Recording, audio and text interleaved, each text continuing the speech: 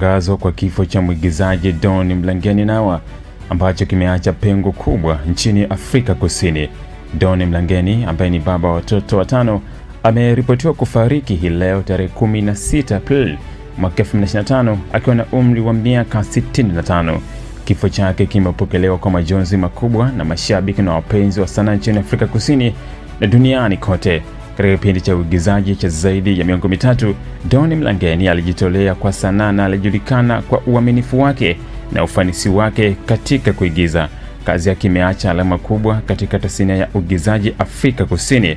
Familia yake imethibitisha kifo chake na kusema kuwa mwenda zake alifariki dunia mapema hii leo. Mashabiki na wapenzi wa sanaa wamejitokeza kwa wingi kutoa rambirambi zao kwa familia ya Don Mlangeni Nawa.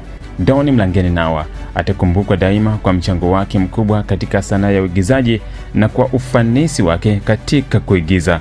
Alizaliwa tarehe 7 Juni mwaka 1969 huko Boksburg, Afrika Kusini, ambapo alianza kazi yake ya uigizaji katika tamthilia za jukwaani kabla ya kuhamia kwenye runinga, ambapo alijulikana kwa ufanisi wake katika mfululizo maarufu